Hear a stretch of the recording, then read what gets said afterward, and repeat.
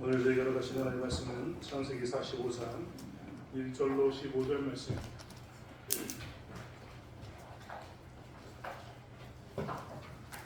창세기 45장 1절로 15절 말씀.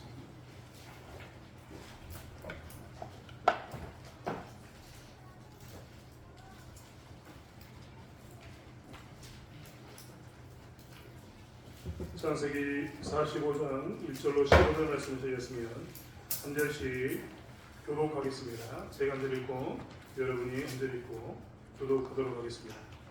요셉이 시종하는 자들 앞에서 그 생을 억제하지 못하여 소리질러 모든 사람을 자기에게서 물러가라 하고 그 형제들에게 자기를 알리니 그때 그와 함께한 다른 사람이 없었더라.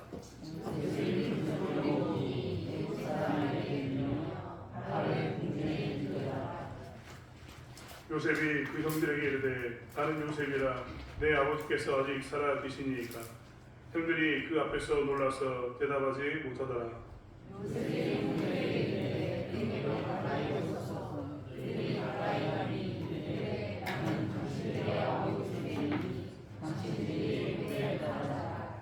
당신들이 나를 이곳에 팔았다고 해서 근심하지 마소서.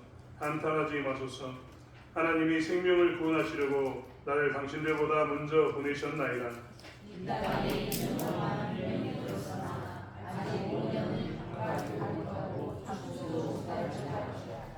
하나님이 큰 구원으로 당신들의 생명을 보존하고 당신들의 후손을 세상에 두시려고 나를 당신들보다 먼저 보내셨나니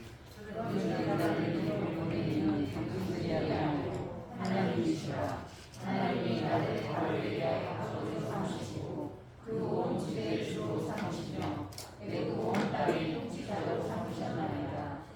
당신들은 속히 아버지께로 올라가서 아뢰기를 아버지의 아들 요셉의 말에 하나님이 나를 애굽 전국의 주로 세우셨으니 지체 말고 내게로 내려오사 아버지의 아들과 아버지의 사자들과 아버지의 양과 소와 모든 소리와 고생된 땅의 몸으로 너와 함께 하소서. 흉년이 아직 5해가 있으니 내가 거기서 아버지를 공양하리이다. 아버지와 아버지의 가족과 아버지께 속한 모든 사람에게 부족함이 없도록 하겠나이다 하더라고 전하소서. 당신들의 입과 내하고 하나님의 이름이 오라. 당신들에게 이 말하는 것은 예배하라.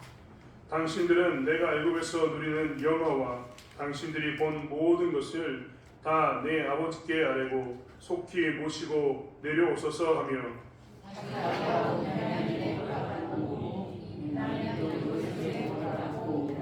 함께 읽겠습니다. 요셉이 또 형들과 입 맞추며 안고 오니 형들이 그제서야 요셉과 말하니라. 아멘. 이 시간 하나님께서 날이라는 제목을 가지고 국제목사님 말씀 전하실 때 마음을 내주시기 바랍니다.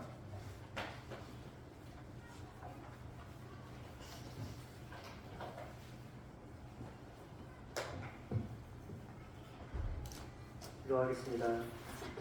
하나님 감사합니다.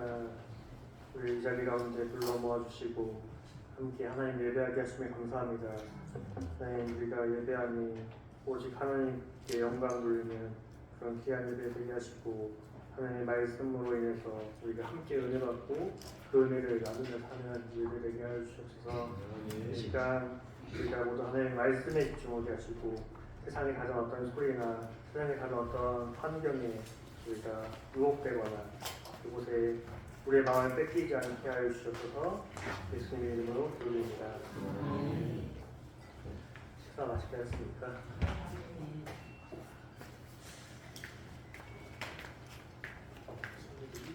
많이 어리네요. 중고등부가 생각보다 중요해요. 말씀을 전하러 올라오다 보면 가끔 여기 앉아있다가 숨이 막힐 때가 있어요. 늘 올라온 자리고 오늘 아침에도 분명 설교를 했는데 또 설교를 하려고 하면 갑자기 숨이 딱 막히는 시점입니다. 늘 긴장하고 올라오는데 오늘 우리가 함께 말씀을 공유하기 원합니다.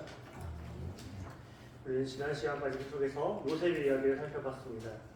그리고 요셉의 형들이 요셉을 보았으나 요셉인지 알지 못하고 곡식을 사서 올라가는 그 장면까지 우리가 보았습니다. 오늘 나눌 이야기는 요셉이 사온 양식을 가지고 아버지의 집에 돌아와서 그 양식을 가지고 생활을 하였습니다. 그런데 이 양식이 무한한 것이 아니기에 양식이 조금씩 떨어져 갑니다. 그리고 어느 날 일어서는 사온 양식을 모두 소비합니다. 그러자 이제 또 가야 되는 시점이 옵니다. 그때 야곱이 아들에게 또 얘기합니다. 가서 양식을 사와라. 참 어떻게 보면 야곱은 편하죠. 사와 하면 되니까. 그런데 아들들이 또 서로 쳐다보고 있는 겁니다.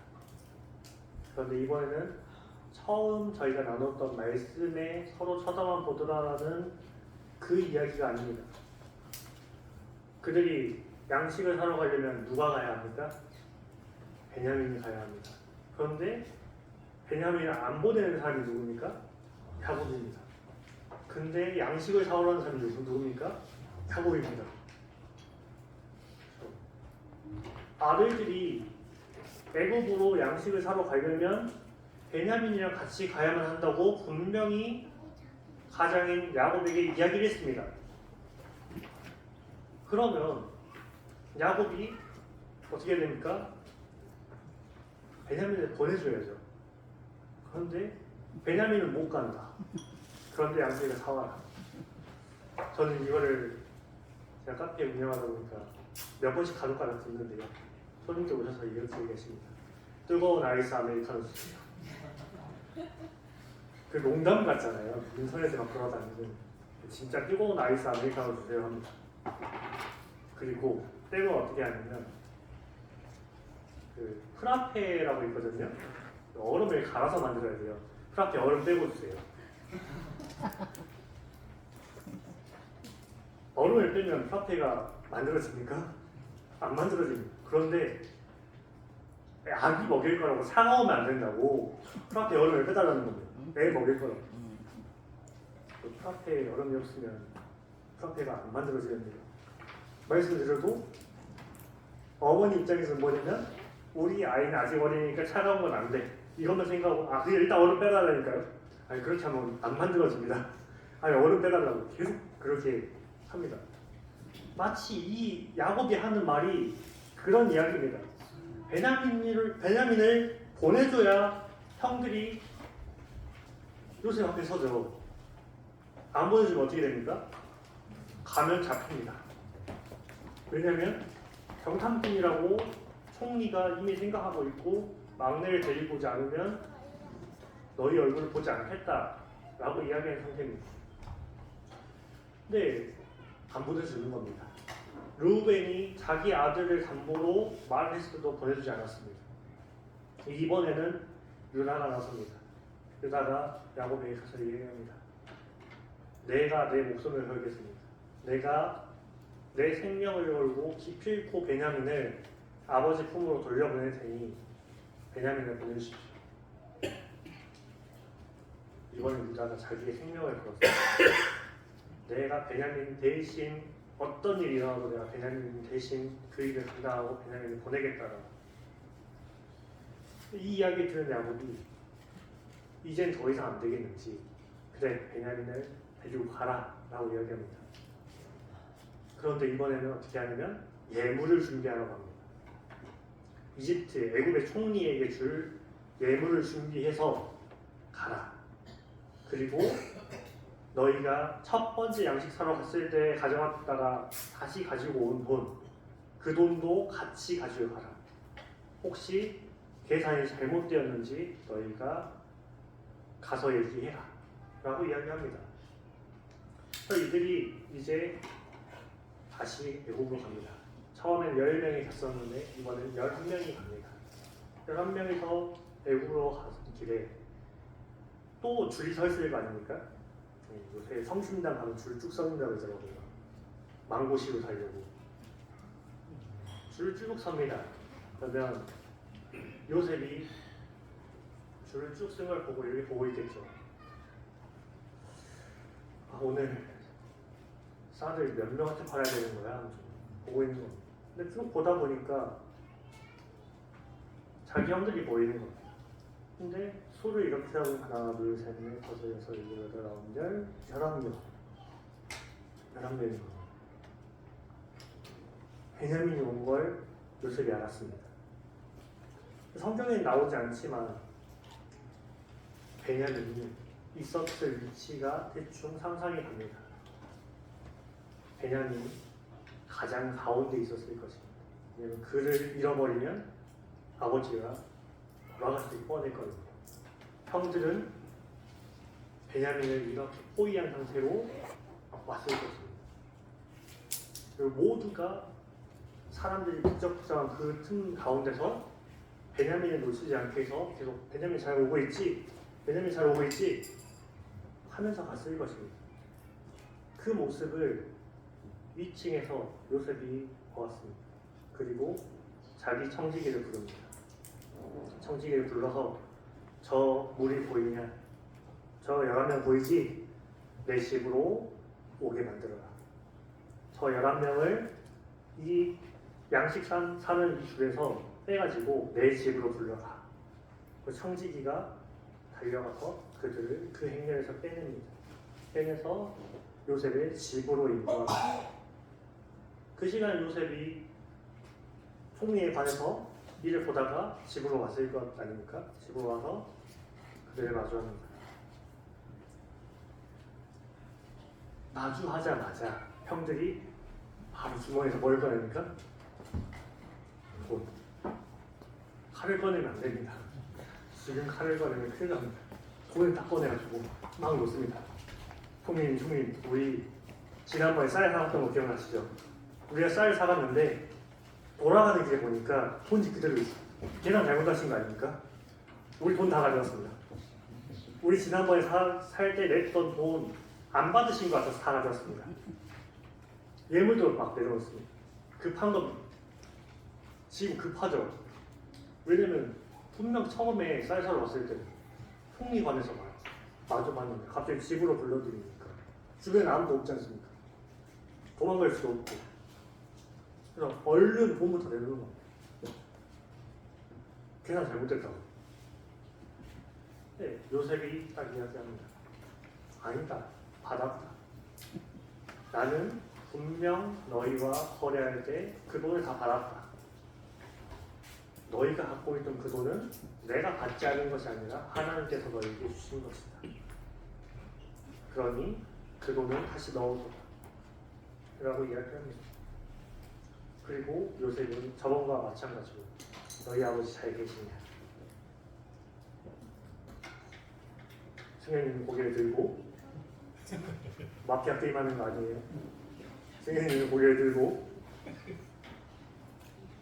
하진이도 고개를 들고 하진이 못 봤을 것 같지?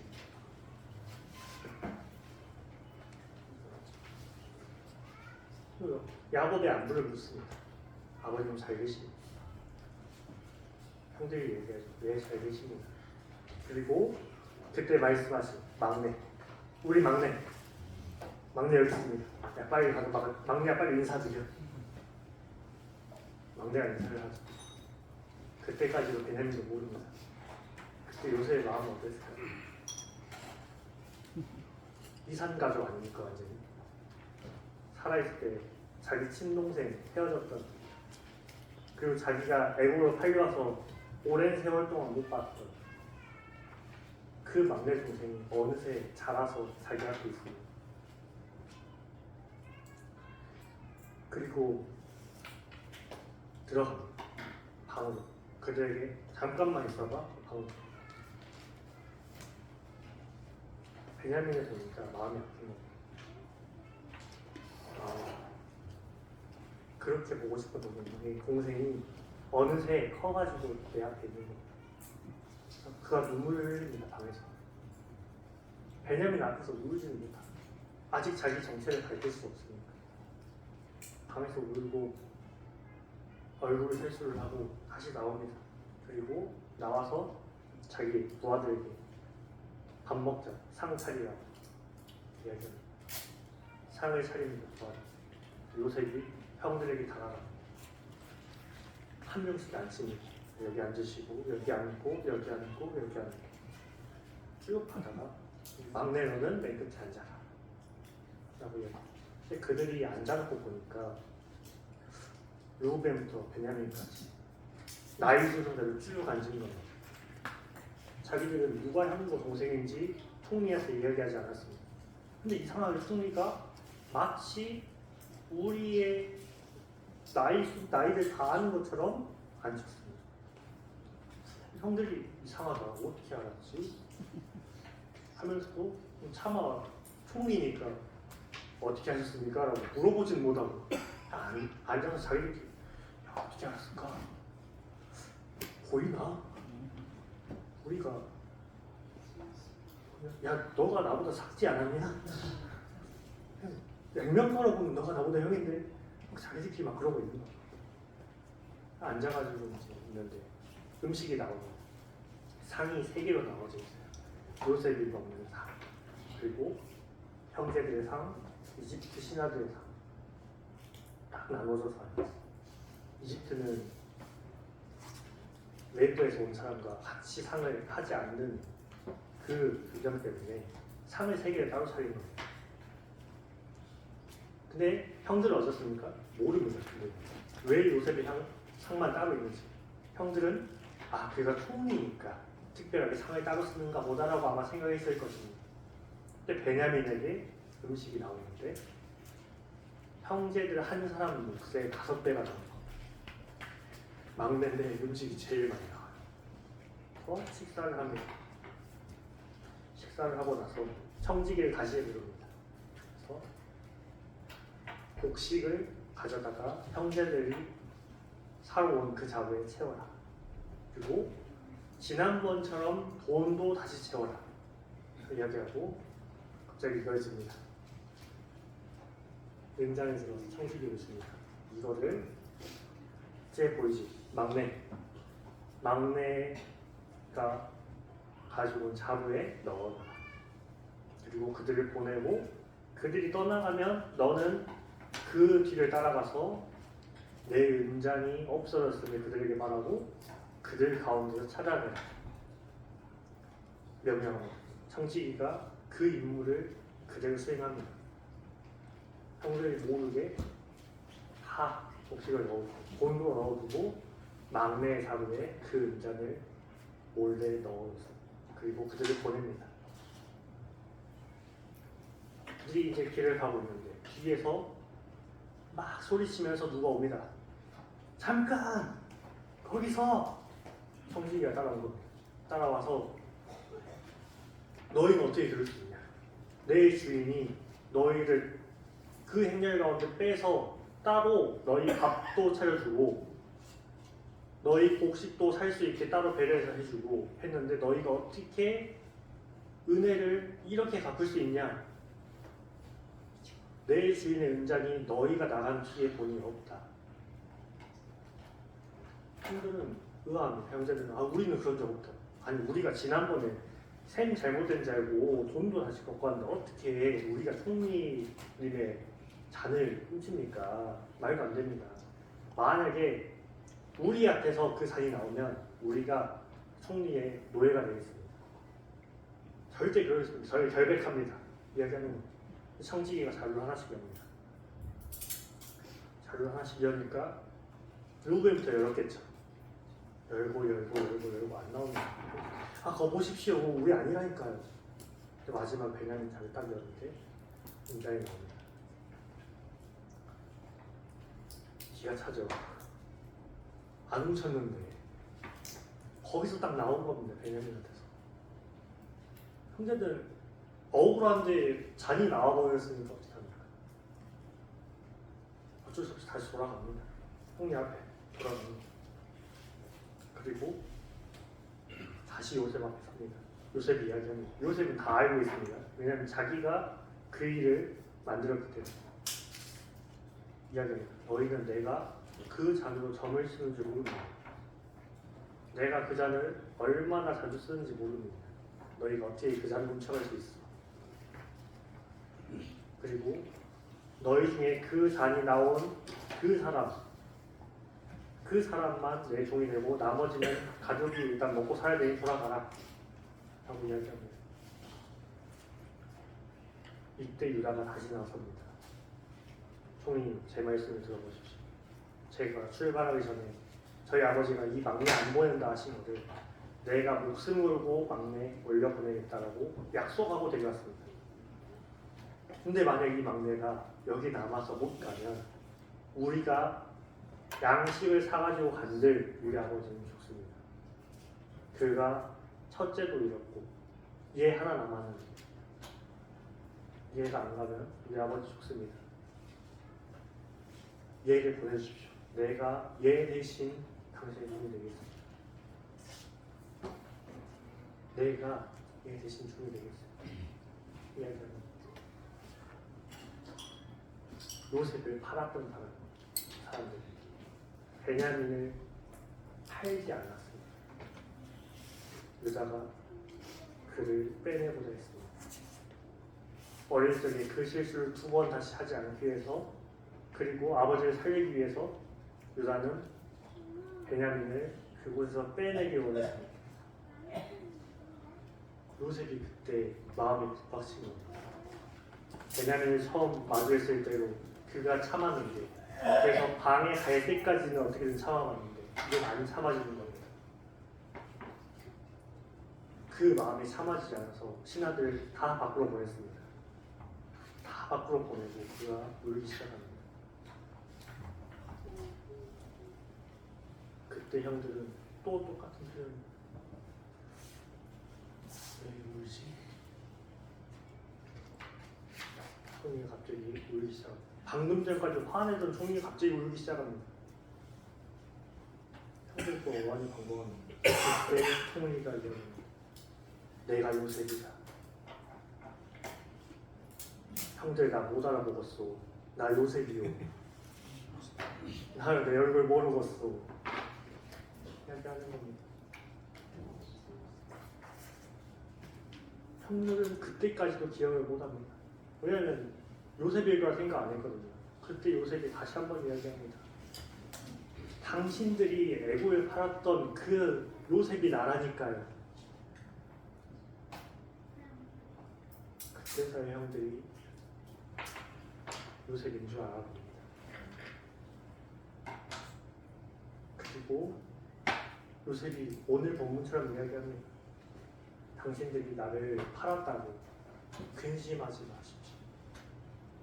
우리 가족 살리려고 하나님께서 나를 형제보다 먼저 이곳에 보내서 하나님께서 인도하심으로 내가 이곳에서 총리가 되어 있고 이제 내가 우리 가족을 구할 수 있는 위치에 왔으니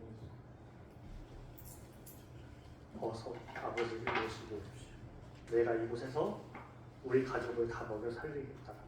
요셉이 이야기합니다. 그리고 베냐민을 끌어안고 울고 베냐민도 그때 가서야 잃어버렸던 형을 죽은 줄만 알았던 자기 형을 만난 겁니다. 이제 총리인 줄만 알았던 사람이 갑자기 자기 살아생전에 잃어버렸던 죽은 줄만 알았던 자기 친형이랍니다. 끌어안고 같이 우는 겁니다. 그 모습을 보고 형들도 같이 울기 시작합니다. 이것이 오늘의 요셉의 이야기입니다. 여기서 우리는 보아야 할 것이 있습니다. 첫 번째는 우리의 선택에 대한 것입니다. 우리는 살면서 많은 선택들을 합니다. 때로는 잘못된 선택을 하기도 하고요. 때로는 옳은 선택을 하기도 합니다. 우리가 삶을 살면서 늘 옳은 선택만 하지는 않습니다. 또한 늘 잘못된 선택만 하지도 않습니다. 네, 어떠한 선택을 통해서 우리의 삶의 방향들이 계속 변해가게 되는 겁니다. 요셉이 꿈을 꾸고 형들에게 말을 하지 않을 수도 있었습니다.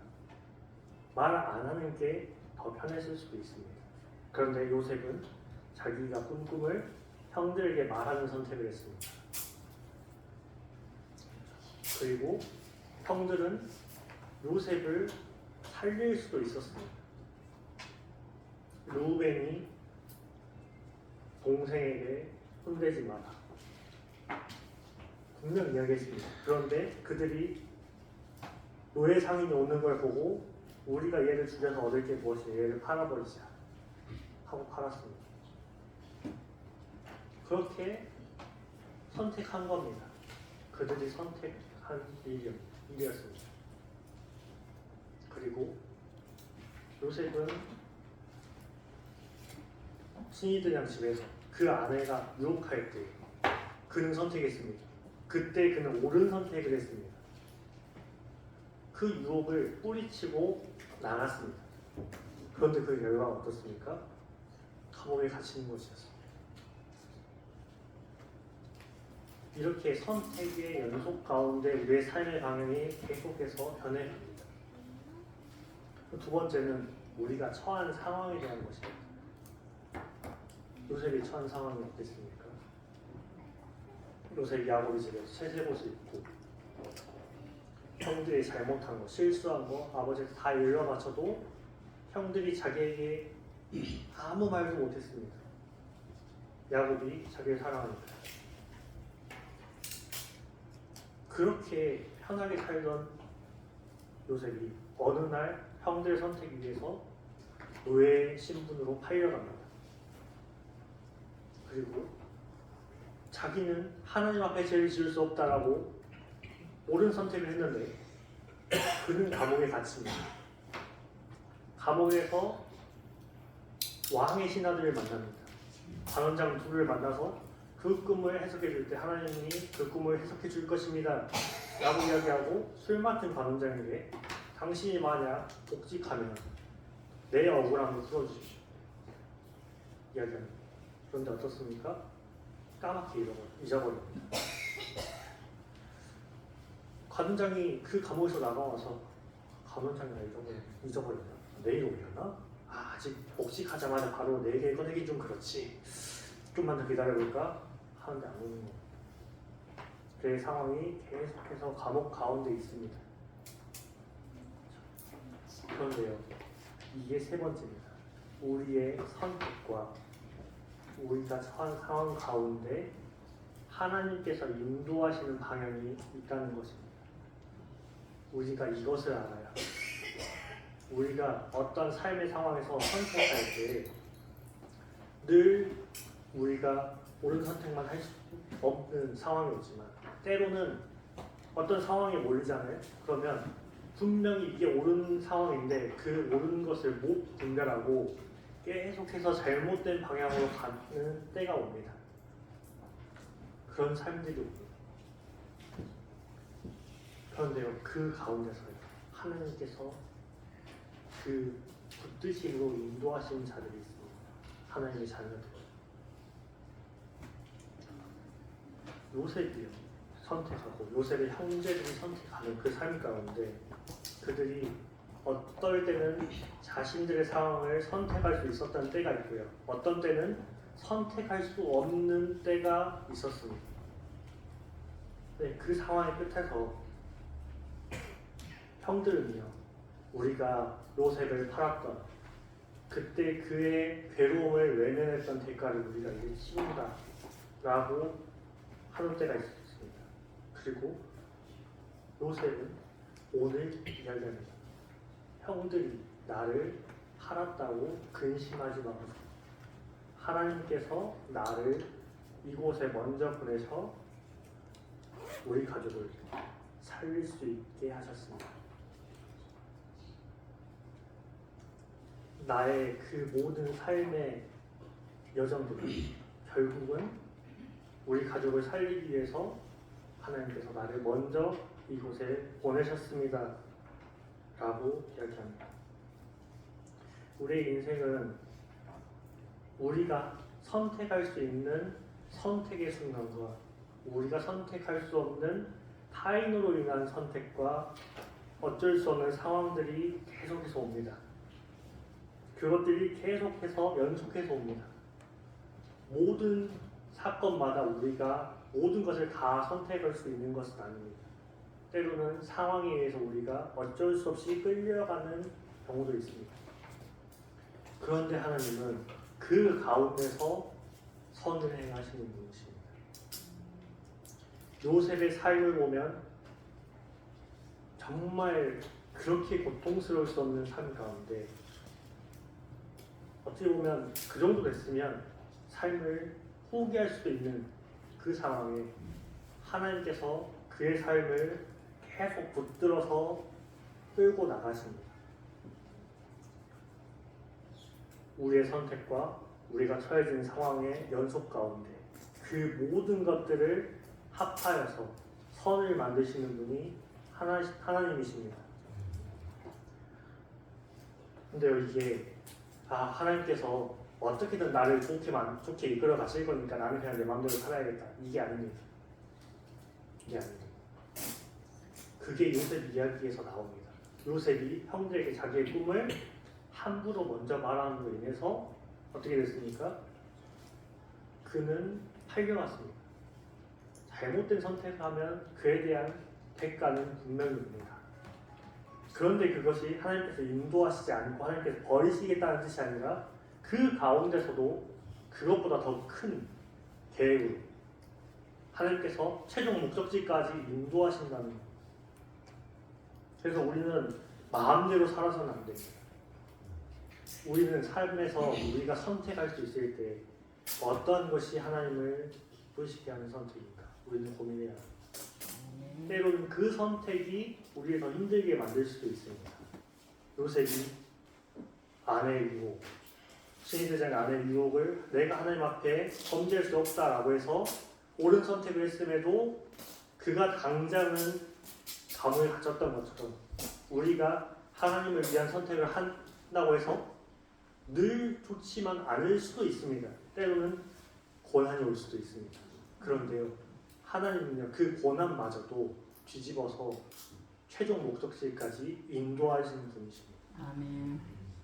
우리가 보는 것은 매우 짧은 시야입니다.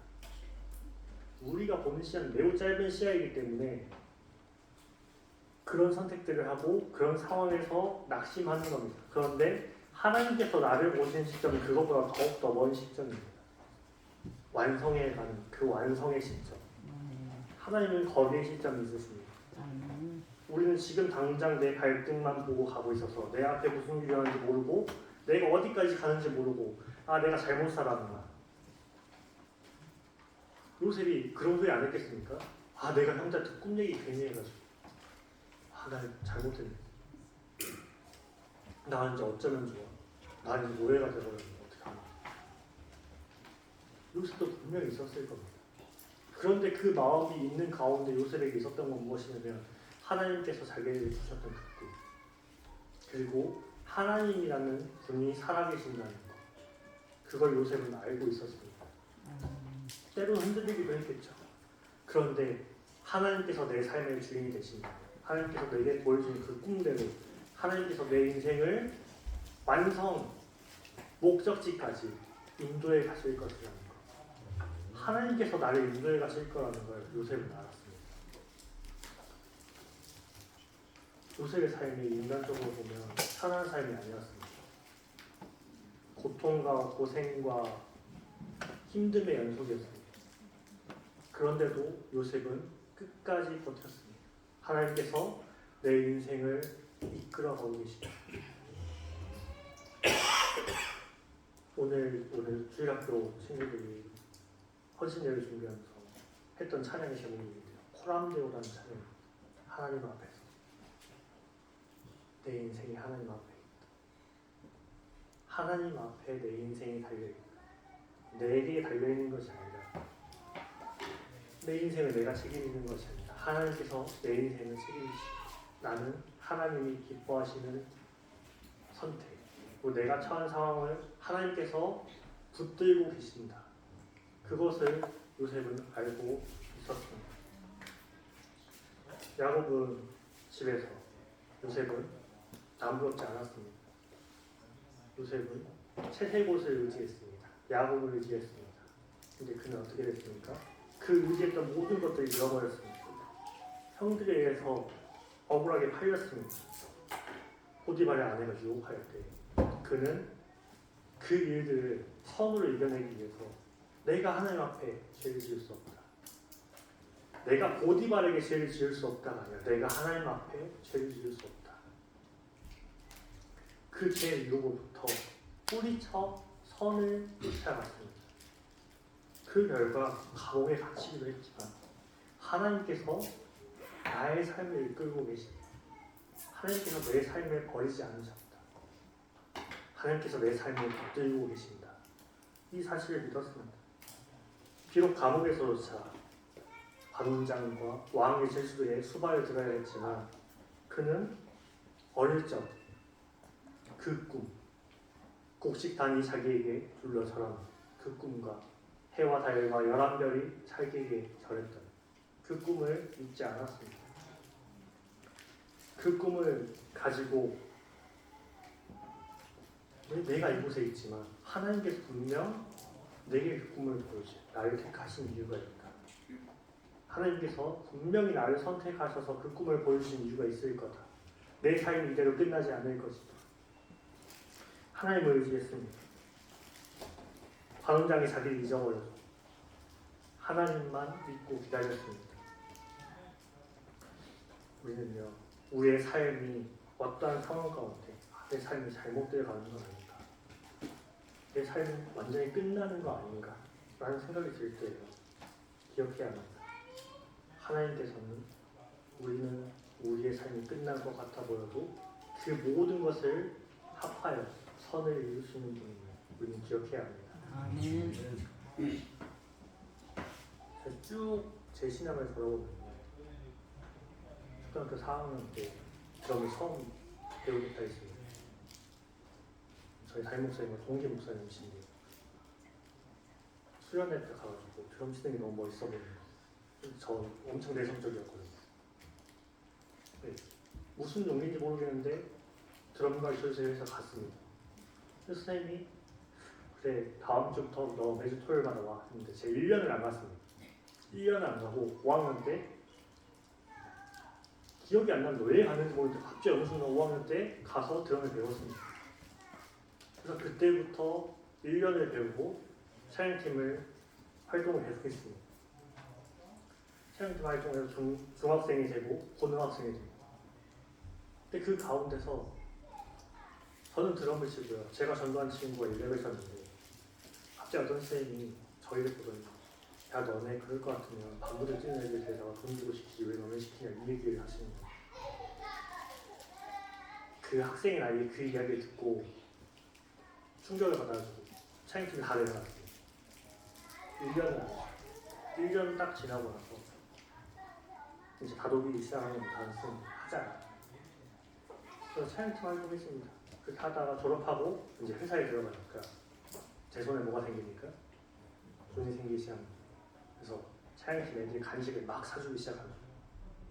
교회에다 얘기하면 제 돈으로 계속 먹입니다. 저는 그 아이들이 매주 토요일마다 나와서 연습하는 모습이 정말 이뻤거든요. 근데 군대 갈 때가 딱 되고 군대에 갔는데 소식이 들려오면 교회가 분열돼서 반으로 쪼개졌다. 교회가 분열돼서 반으로 쪼개져서 한 무리는 저 교회로 가고 한 무리는 저 교회로 가고 돌아갈 데가 없어진 겁니다. 군대에 있는 거. 또 어떻게 하다가 저 드럼 가시는 선생님이 전도하러 계신다 해서 그 교회를 간 겁니다. 교회 가서 쭉 이제 신앙생활 하다가 거기서 또 찬양팀을 했습니다.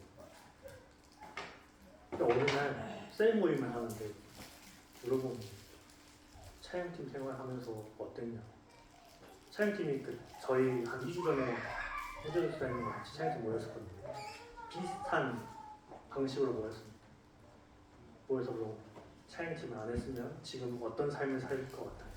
하나님을 믿지 않았으면 어떤 삶을 살 것 같나요? 라고 딱 물어보는데 그 순간에 제가 어렸을 때 삶이 쭉 하늘나라처럼 지나가면서 아 내가 찬양팀 활동 안 했다면 내가 교회를 그렇게 열심히 다니지 않았다면 나의 인생은 지금하고 완전히 다를 거다 라는 생각이 딱 든 겁니다. 그리고 얼마 안 남아서 신학교를 갔어요. 신학교를 가고도 저는 학교를 쉬기도 하고 매장한다고 돈 잔뜩 써가지고 매장하기도 하고요. 근데 결국 저는 어디 있습니까? 결국 또 여기 있습니다. 저도 저의 선택과 비선택 사이에서 수많은 방향으로 갔지만 하나님께서는 결국 이 모든 것들을 합하여서 선으로 인도하셨습니다. 우리 모두의 삶은, 개개인의 삶은 각자의 선택과 때로는 낙심과 낭만과 때로는 잘못된 선택이 있기도 하고 때로는 어쩔 수 없는 상황 가운데 처하기도 하지만 하나님께서는 그 모든 상황 가운데 자기를 의지하고 말씀을 붙드는 자, 그 사람들, 하나님의 자녀들을 놓지 않으시고 하나님께서 우리의 삶을 선으로 인도해 가십니다. 아멘. 오늘 이 시간 이 자리에 나온 모든 하나님의 자녀 되시는 분들은 오직 우리가 있다가 사라지는 세상 것이 아닌 야곱 집에 있었을 때 그 입었던 채색옷 같이 찢겨져 사라져버리는 그런 것이 아닌 홀로 유일하신 하나님을 의지하며 나가는 모든 성도님들 되시길 소원합니다. 아멘. 이 시간 찬양하실 텐데요. 원래 이 찬양이 중고등부 특송하려고 준비했던 찬양입니다. 이 곡이 요셉의 삶과 너무 잘 맞아 함께 나누기 위해서 가져왔습니다. 주만 의지해라는 찬양입니다. 우리 중고등부 친구들은 아는 곡이니까 크게 찬양했으면 좋겠습니다.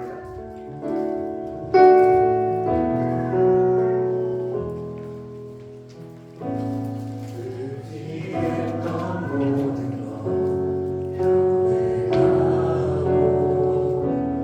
억울한 마음은 거절하네.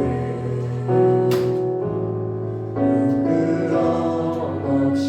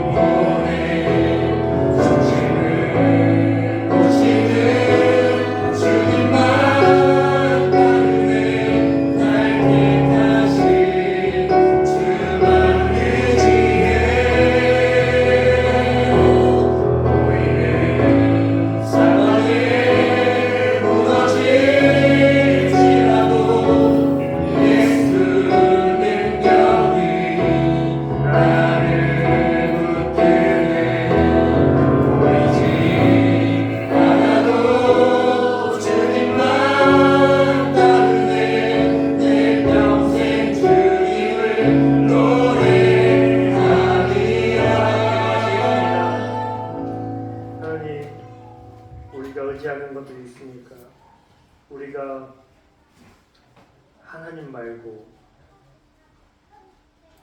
우리가 마치 하나님인 것처럼 섬기고 있는 것도 있습니까? 하나님께서 너는 나 외에 다른 신들을 내게 주지 말고 다른 어떠한 것의 형상도 만들지 말고 그것들을 의지하고 그것들에게 절하지 말라고 하셨는데 우리가 혹시나 하나님보다 더 중요하게 생각하고 의지하는 것들이 있습니까? 하나님, 우리가 있다가 없어질 것을 의지하지 않게 하여 주옵소서. 하나님, 우리의 삶 가운데 어떠한 상황이 다가올지라도 우리가 그것들을 선으로 이겨내게 하시고 하나님께서 기뻐하시는 선택을 쫓아 따라가게 하여 주옵소서. 우리가 쉬운 죄의 유혹의 선택을 하지 않게 하시고 하나님께서 기뻐하시는 선택을 하도록 인도하여 주옵소서. 하나님, 삶을 살다 보면 때로는 내 삶이 너무나도 작은 것 같고 너무나 보잘것없는 것 같고 내 인생 잘못 산 것 같고 내 인생이 너무나도 허망한 것 같을 때에도 하나님께서 나를 인도하심을 보게 하여 주옵소서. 하나님께서 우리의 삶을 인도하심을 보게 하여 주옵소서. 하나님, 우리보다 더 먼 곳을 보고 계시는 우리보다 앞서 가셔서 장막 칠 곳을 찾으신다고 하시는 그 하나님의 시선을 보게 하여 주옵소서. 우리가 그 하나님만 의지하게 하여 주옵소서. 우리 눈앞에 하나님은 실체가 보이지 않고 우리 앞에 놓여진 문제는 점점 커지는 것만 같을 때에도 우리가 보이는 상황에 낭망하지 않고 보이진 않지만 우리 안에 계셔서 늘 살아 역사하시는 하나님 한 분만 의지하며 붙들며 나아가게 하여 주옵소서.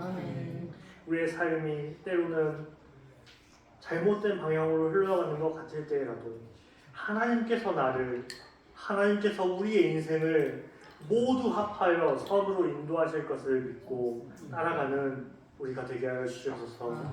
예수님의 이름으로 기도드립니다.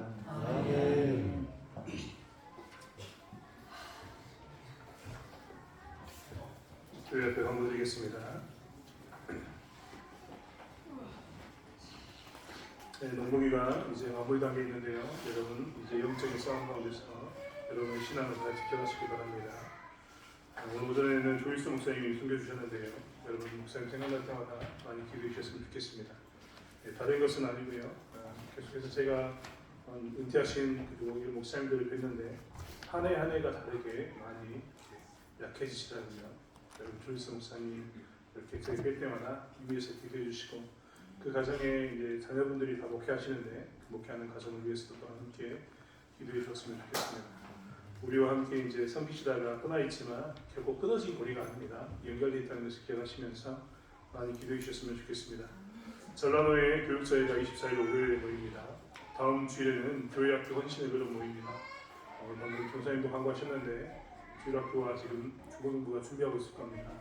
그러면 교회학교 헌신을 위해서 한 주간 또 주일학교 아이들 위해서 기도해 주셨으면 좋겠습니다. 다음 주 기도 순서는 주일 오전에 김희경 집사님, 주일 오후에는 교한나 집사님이십니다. 네, 축도하겠습니다. 지금은 우리 주 예수 그리스도의 은혜와 하나님 아버지의 크신 사랑과 성령 하나님의 교통감화 역사하심이 이제 다시 한번 선택의 기로에서 하나님께서 선한 것을 이루실 것을 믿고 따르기 원하는 사랑하는 주 백성들의 머리 위에, 가정 위에, 사업 위에, 직장 위에, 자녀손 위에 영원토록 함께 있을지어다. 아멘.